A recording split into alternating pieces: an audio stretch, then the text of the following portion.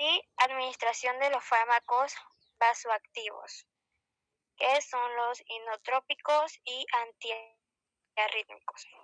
Por una vía central cuya ubicación se conoce de manera exacta, dicha infusión debe realizarse por el lumen destinado exclusivamente a infusión, de modo que no se produzcan interferencias con las mediciones ni emboladas o paros en la administración del fármaco.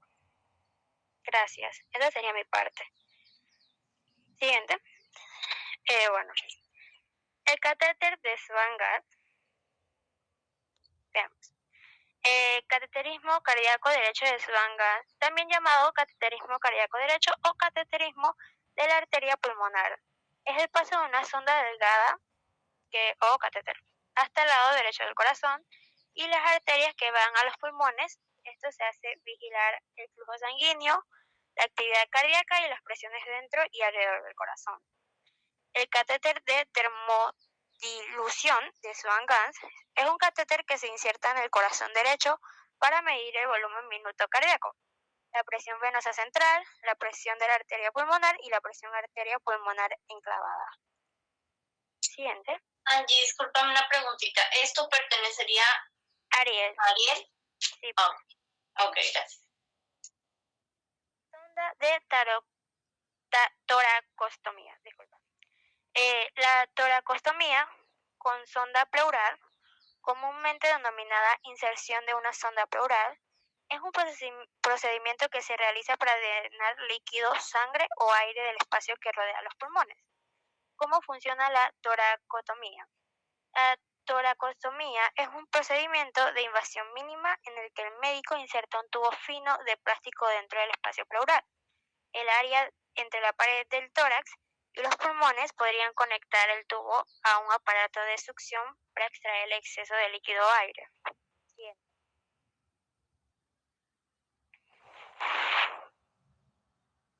Marcapaso venoso. ¿Qué es?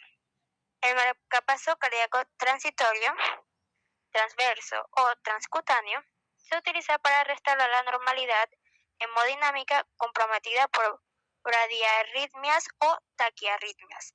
El objetivo final del marcapaso cardíaco es mejorar el gasto cardíaco. Y bueno, ahí tenemos la imagen de cómo se vería, que ahí está el dispositivo de acceso venoso central en el túnel. Siguiente. Gracias.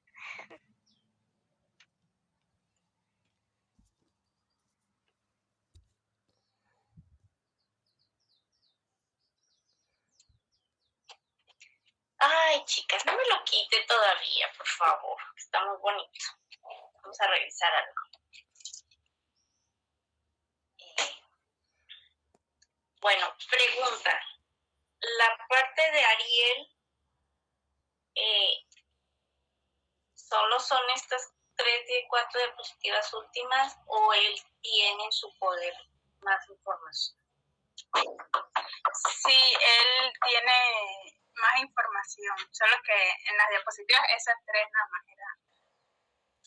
Okay, bueno, entonces igual como me decían ustedes, van a tener que incluirla para que sus compañeros puedan estudiar, pero sí vamos a necesitar entonces que antes del examen digamos que nos va a servir hasta de repaso, entonces antes de comenzar el examen sí va a tener que estar preparado para dar la parte de su charla, ¿sí? No sé si le puedan comentar para ver si él tiene un poco más de información o más de diapositivas con imágenes en su poder. ¿Okay? Bueno. Ahora sí, vámonos con ustedes. En general, créanme que es una de las presentaciones más completas con respecto a este tema, ¿sí? Definitivamente utilizaron muchísimas herramientas para que pudiéramos entender esto. Sus imágenes estuvieron bastante bien elegidas, ¿sí?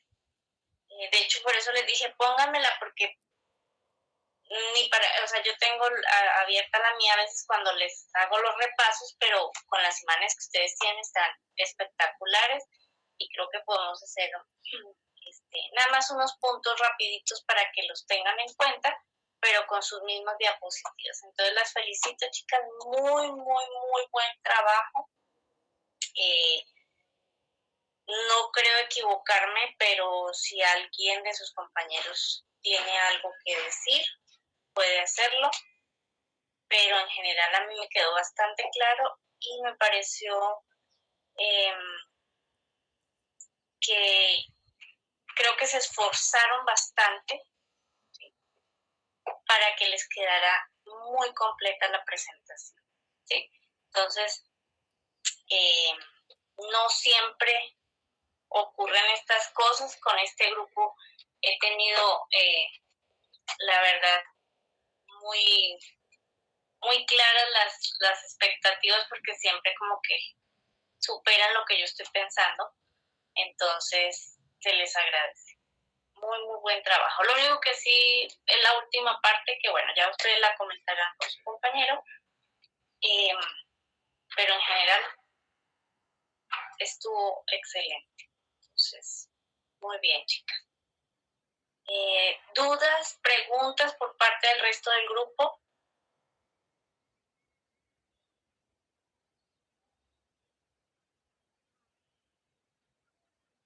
A ver.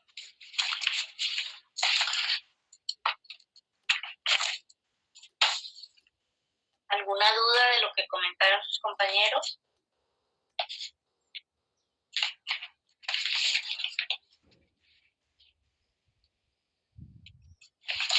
Me encantaron las imágenes que encontraron, muy, muy bonitas, muy representativas.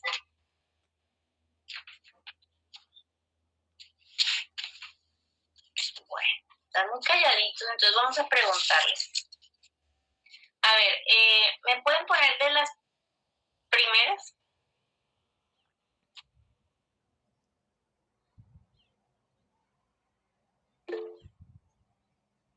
Neidis, cuéntame.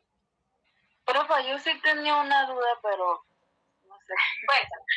Sí. El significado de RC y RI lo mencionaron en antes bastante, pero o sea, ¿qué significan? El RC es el rayo central. ¿Te acuerdas que al principio, bueno, la primera parte cuando yo lo estaba, cuando yo se los había dado, también lo mencioné en algunas partes que era el rayo central, o sea, el que nos indica la parte más medial en la cual, en este caso, los técnicos radiólogos tienen que ubicar, ¿sí? Por ejemplo, si es en el tórax, ellos tienen que tener la colimación, donde prenden su luz, les sale un cuadro iluminado, partido, ¿sí?, en 4, ¿verdad?, cuadrantes, y en el centro es donde quedaría el rayo central, que es el RC. Y el RI me dijiste, ¿verdad?, también. Correcto, profe. Viene a ser el receptor de imagen, que en este caso sería pues el chasis, que es donde va a pegar la radiación, ¿verdad? Entonces sería el receptor de imagen, aunque también, qué bueno que me lo preguntas, porque en algunos textos, dependiendo de lo que estén hablando, lo pueden tomar como rayo incidente. Entonces, pero lo más frecuente es que sea receptor de imagen. Gracias, profe. Bueno, ok, gracias, Nelis. Entonces, Profe, bueno, cuéntame ahora. tengo una pregunta. Había una parte donde estaba hablando específicamente de lo que son las válvulas del corazón. Quisiera saber si estoy en lo correcto. Creo que era la mitral, la tricúspide, la aórtica y la otra no la tengo muy clara. La pulmonar. Ahorita están por acá, que ya las tengo.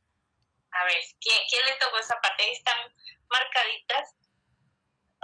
me encantó estas imágenes, por eso les decía, porque cuando vemos la placa de tórax es bastante difícil ubicarnos, ¿sí? Porque vemos la parte externa, pero como que sí hay que tener bastante ubicación para uno saber en dónde están. Y sus compañeras nos hicieron el favor de traer estas imágenes superpuestas precisamente para ubicarnos en dónde está cada una. Entonces, ¿quieren comentarla, chicas?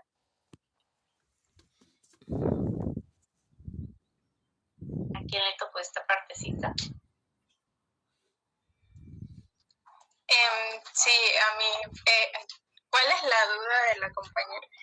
¿Cuáles eran las válvulas? Las válvulas, o sea, nada más como darle un pequeño repaso a las 4 válvulas. Bueno, en esta parte, la válvula pulmonar, que está aquí marcada, la válvula aórtica, esta parte de acá, la válvula mitral, que está señalada aquí, y la tricúspide, que está aquí.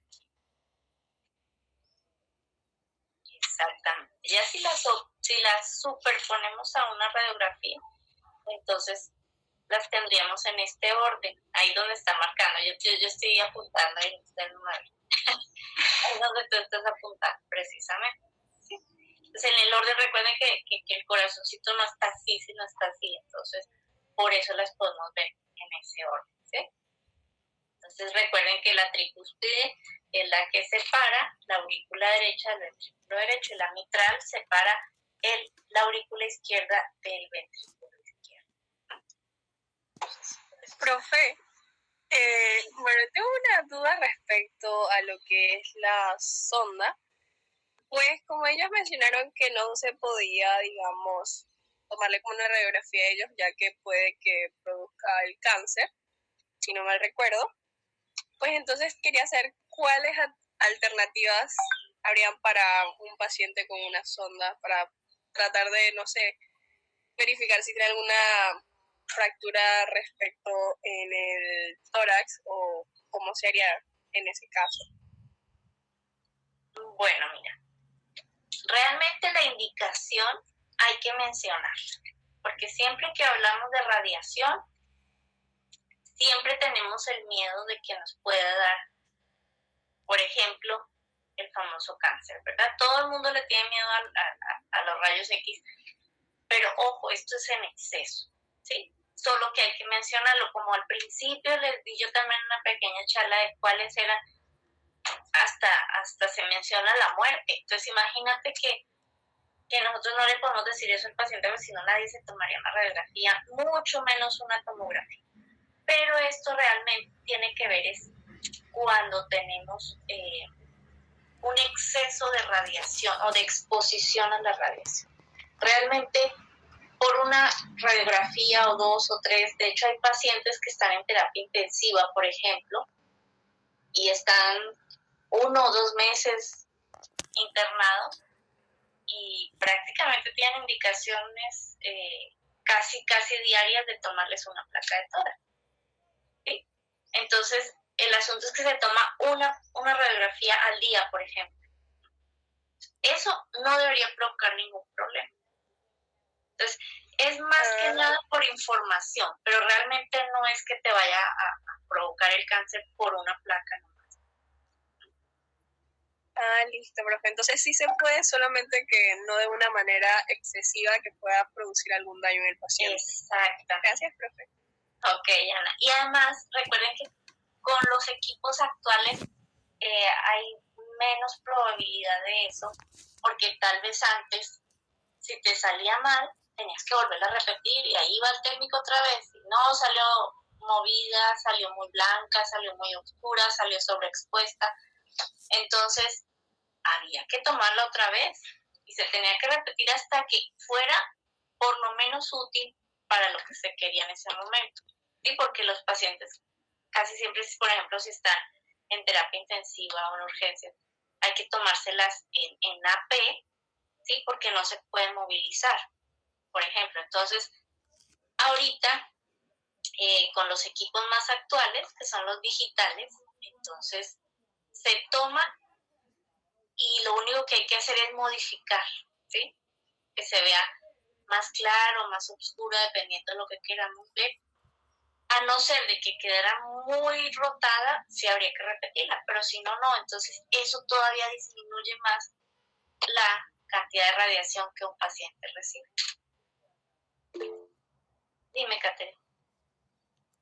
Profe, pero entonces una consultita por allí mismo a lo que estaba resaltando mi compañera Ana. Pero entonces, ¿dónde nosotros podríamos considerar un exceso de radiación? Ejemplo, un paciente adulto mayor que tenga una condición post-COVID o un adolescente, supongamos, post-COVID y nuevamente cualquiera de los dos panorama, sea joven o adulto mayor, haya sido ingresado nuevamente a una sala de cuidados intensivos, no puede comer, se le tuvo que poner una sonda, hay que asegurarse que la sonda está bien colocada para que no haya un efecto secundario mayor a la condición de la cual él ya tiene. Se le dio la indicación para tomarse la placa, en definitiva la placa salió mal y constantemente sucede lo mismo. O sea, ¿dónde nosotros podemos tener un punto de referencia para un exceso de radiación? Si usted nos está ahorita enseñando que una placa diaria no debería ser motivo de riesgo para un paciente que está internado. Entonces, ¿de dónde nosotros podríamos marcarnos para saber cuál es el exceso de radiación ante ese tipo de situaciones? Bueno, Catherine, de hecho hay un inconveniente con eso porque no hay un límite exacto, ¿sí? Regularmente ese límite se aplica para el POE, que sería el personal ocupacionalmente expuesto. En este caso, si lo hablamos más directamente, serían los técnicos radiólogos, ¿sí? Porque muchas veces los radiólogos no estamos ahí para tomarla, ¿sí? Pero ellos sí. Entonces, por eso se usan esos densitómetros para medir precisamente esa radiación. En cuanto al paciente, es muy difícil que ellos tengan un límite, ¿sí? O sea, que tú te preocupes porque digan, no, este paciente se ha radiado mucho. Con un paciente no, porque ellos regularmente van esporádicamente o están determinado tiempo y después se les da de alta y digamos que eso prácticamente es como mandarlos de vacaciones para desintoxicar a los técnicos, ¿sí? Entonces, un paciente, por más de que tú le tomes 2, 3 placas, es más, una tomografía, porque una tomografía es pura radiación, sí, solo que hace, ¿sí? El ciclo. La hace, te está radiando un minuto entero, si es un buen equipo, si te tomaran de pies a cabeza, ¿sí?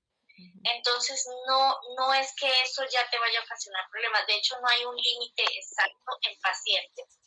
Y la otra es que, por ejemplo, si a Holly le toman 10 radiografías y a ti te toman las mismas 10 radiografías, las dos van a recibir la radiación de forma diferente. Entonces, no es que haya un estándar exacto para decir, ay, no me las voy a tomar.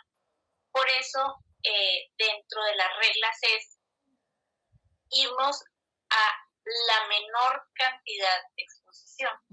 ¿Te acuerdas hablamos del ALARA, que era como tan bajo como sea posible radiar al paciente?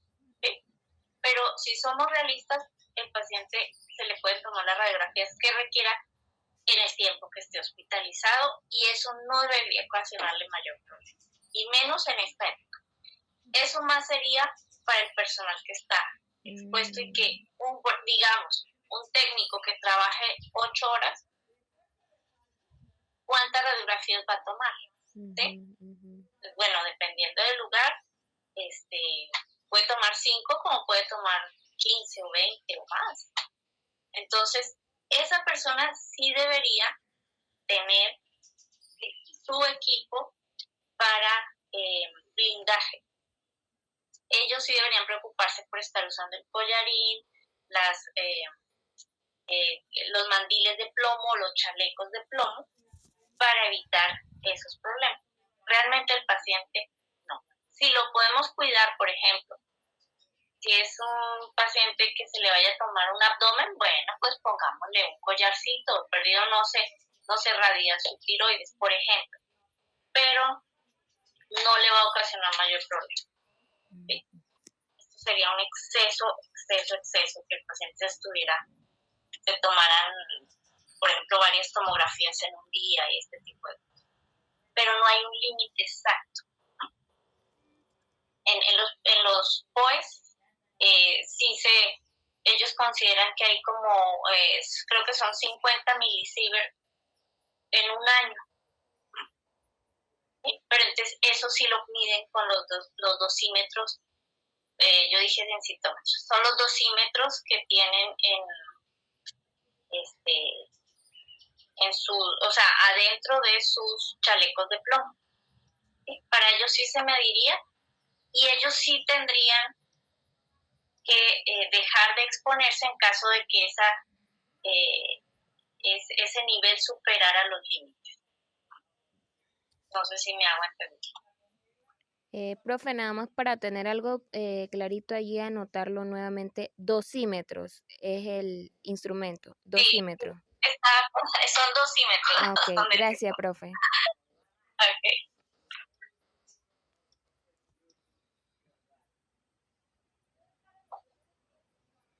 ¿Hay alguna otra cosa? Vamos aquí con esto. Lo que pasa es que el asunto de la radiación siempre nos da temor. Y bueno, deberíamos tenerlo en cuenta. Por eso yo no sé si les comenté, yo tengo un hipotiroidismo secundario a la radiación, precisamente porque a mí se me hacía fácil entrar con el técnico si tenían que hacer una fluoroscopía o algo, que son estudios en los que se tiene mucho más tiempo, digamos que el botón activado. Entonces yo entraba con ellos y yo decía, bueno, como es uno, pues me pongo mi chaleco, pero no me ponía mi collarín. Y después al otro día otra vez, entonces se te hace fácil, ¿sí? Pero nosotros estamos todo el tiempo expuestos a eso. Entonces, termina un estudio, sale el paciente, entra otro, pero nosotros quedamos en ese mismo lugar donde hay radiación dispersa, y lógicamente en poco tiempo se va a quitar, pero que nosotros sí la estamos recibiendo constantemente. Entonces, ese es el problema, de que a veces tomamos las cosas, digamos que un poco deportivamente. Pero en general, creo que hay que tenerle respeto a la radiación, siempre y cuando nosotros podamos hacer lo que esté en nuestras manos para evitarla. Eso es digamos que la regla básica, evitarla lo más que sea posible. ¿Sí? Pero cuando se necesita, hay que hacerlo. Como pacientes, los pacientes van a requerir esto. Por ejemplo, estos pacientitos que tienen los famosos catéteres, muchas veces casi siempre hay que estarlos evaluando. Si están internados, se les toma su radiografía en la mañana, precisamente para saber si no se movió, si está bien ubicadito, si todo está perfecto. Entonces ya, para ir viendo esa evolución y para ver que esos catéteres no se muevan del lugar donde deberían estar. Entonces, eso no ocasiona mayor problema. Con los niños, la verdad, con los niños, ellos tienen sus células mucho más inmaduras, ellos apenas están formando, y con ellos sí debería haber muchísimo mayor protección. Bueno, no sé aquí cómo lo maneja, pero allá en México, pediatra que se respete le pide a un paciente internado una radiografía de tórax diaria. No me preocupa, a mí nunca me preocupó la radiografía como tal, ¿sí? Porque era su rutina. Me preocupaba que muchas veces no protegían a los niños, por ejemplo, a nivel de genitales. Si para nosotros como adultos estamos preocupados por la tiroides y por la parte de fertilidad, imagínense un niño que tiene las células tan inmaduras.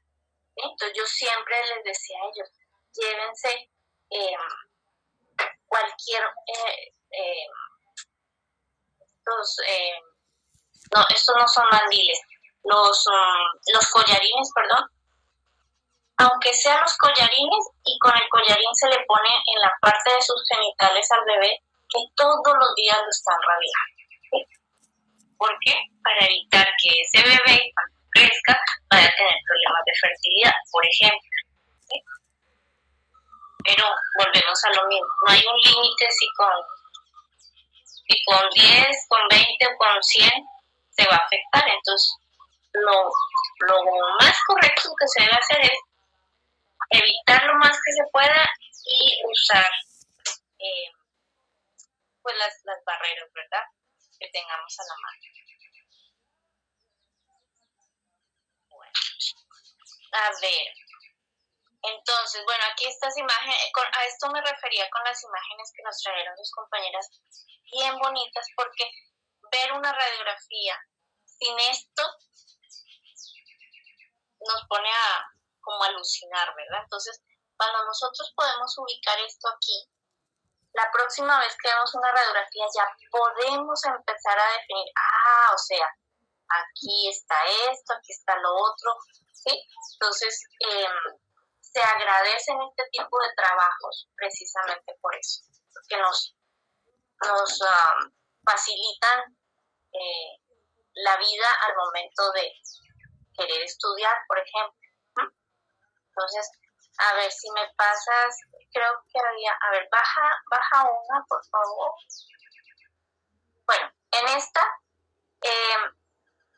no sé si ustedes alcanzan a ver, yo estoy otra vez con mi señalador. Holly, ¿tú tienes el puntero? Ándale. ¿Me puedes señalar el botón aórtico a tu mano?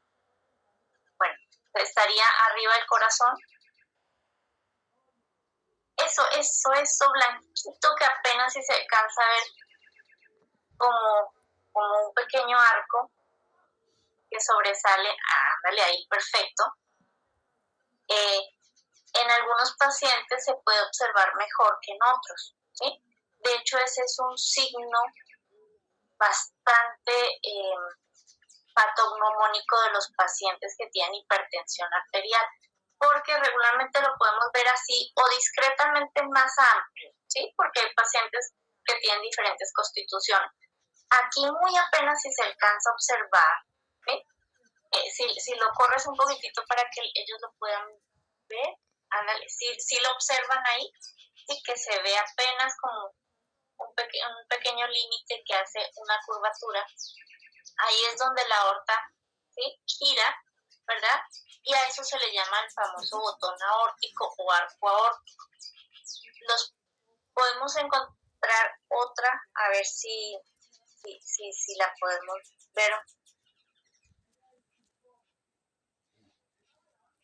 Mira, por ejemplo, en la de abajo, ahí también se alcanza a ver, ¿sí?, el pequeño giro que hace, ¿sí? Es como si fuera una monedita, la hubiéramos puesto ahí, pero solo vemos la mitad de la monedita. Ok. Los pacientes con hipertensión arterial generalmente nos muestran este botón aórtico mucho más grande. ¿Ok? Entonces son detalles que nos pueden ubicar.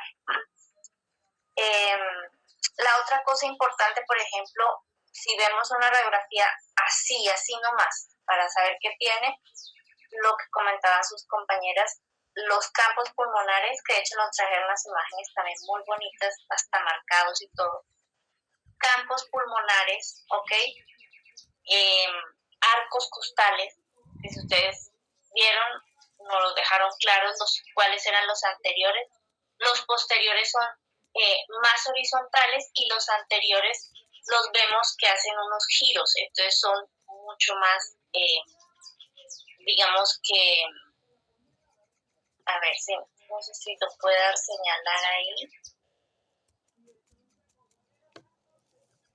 con tu puntero, Holly. En esa donde estás, ok.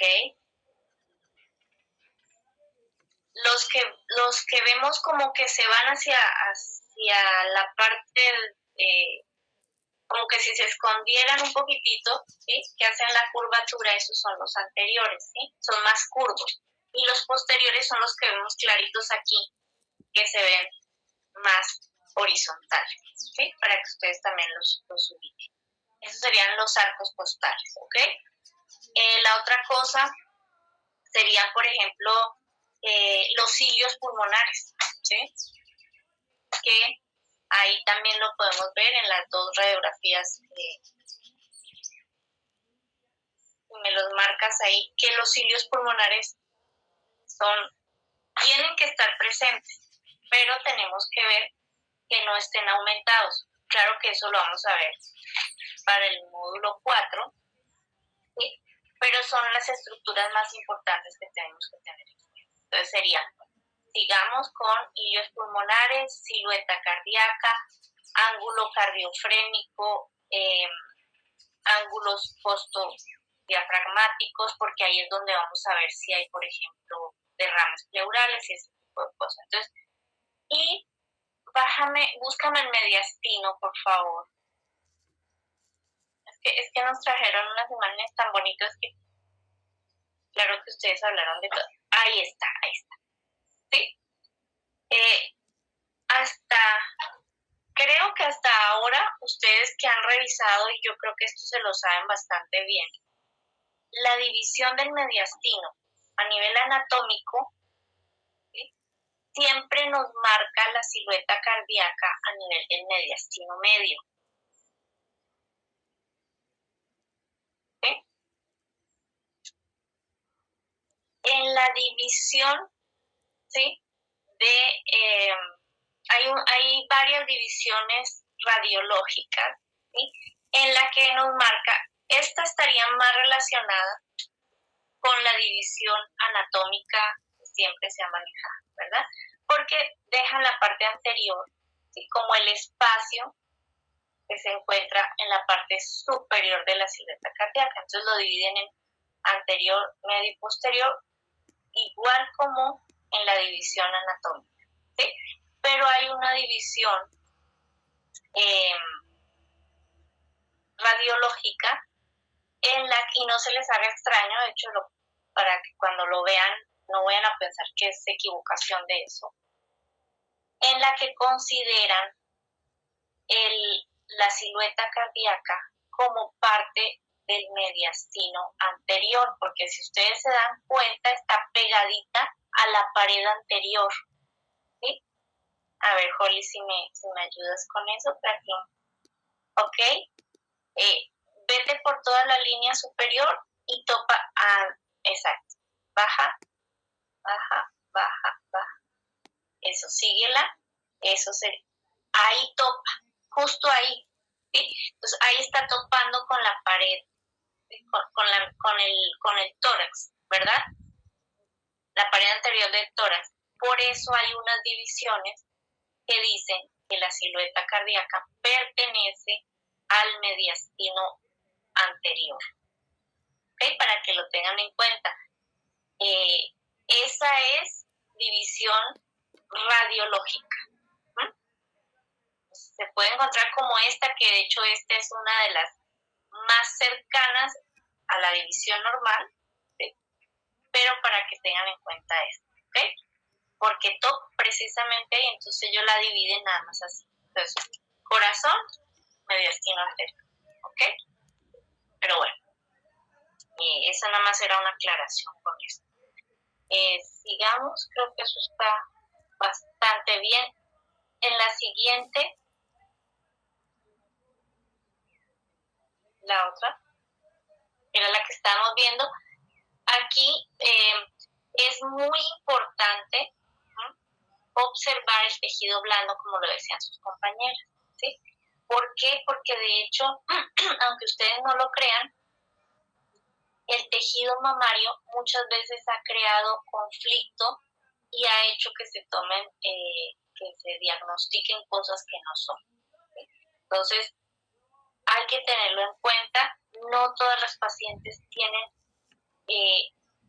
digamos que la misma forma en el tejido mamario, entonces hay que revisar, ¿sí? Hay que tratar de revisar que eso no vaya a ser parte del tejido mamario y que no sea precisamente una opacificación a nivel pulmonar, ¿sí?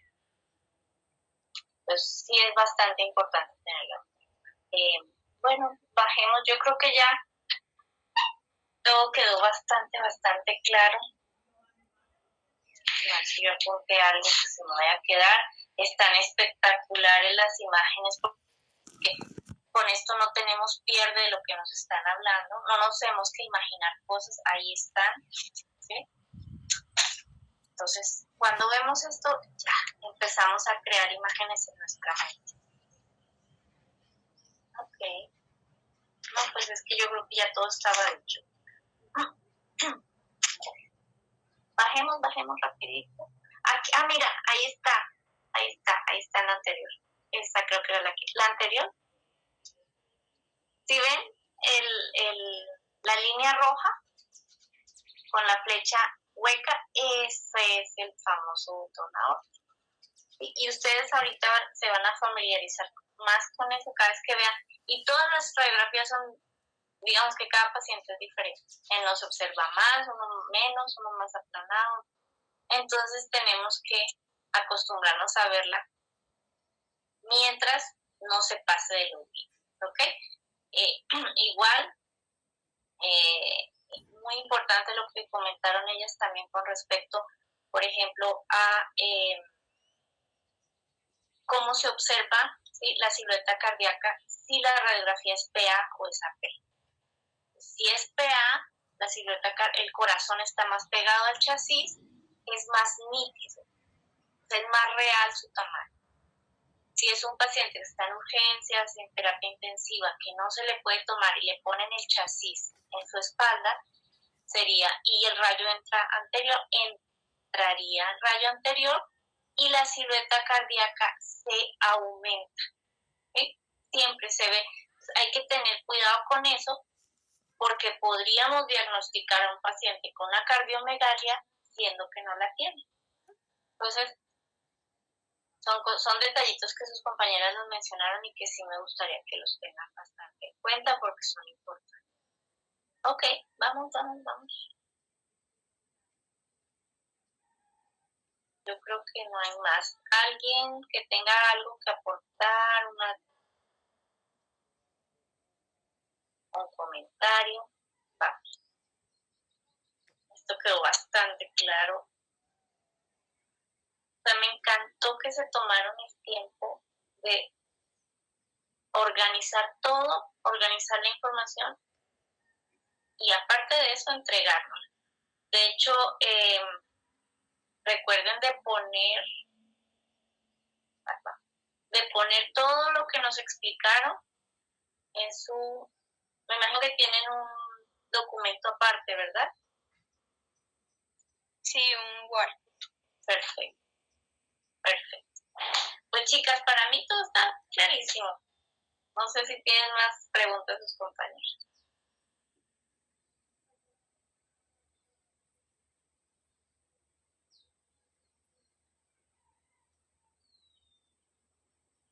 ¿Ok? ¿Todo bien? Bueno, entonces miren, para no perjudicar la nota de su compañero, ¿sí?, vamos a darle la oportunidad para que en la próxima clase, la próxima semana, nos tomemos un tiempo, ¿sí?, para que él pueda hacer la exposición de lo que él tiene, ¿correcto? Y terminando eso, nos vamos al parcial, ¿sí? O sea, hagan de cuenta que vamos a correr el parcial un poquitito, como si lo empezáramos más tarde, para darle oportunidad a él de que él dé su explicación de lo que le corresponde y así no se quede con una calificación a medias, ¿sí?, teniendo en cuenta que tuvo una situación fuera de, digamos que se salió de sus manos, ¿verdad? Fue algo inesperado, fue una urgencia. Entonces, si están todos de acuerdo, lo hacemos de esa forma para no perjudicarla, ¿ok?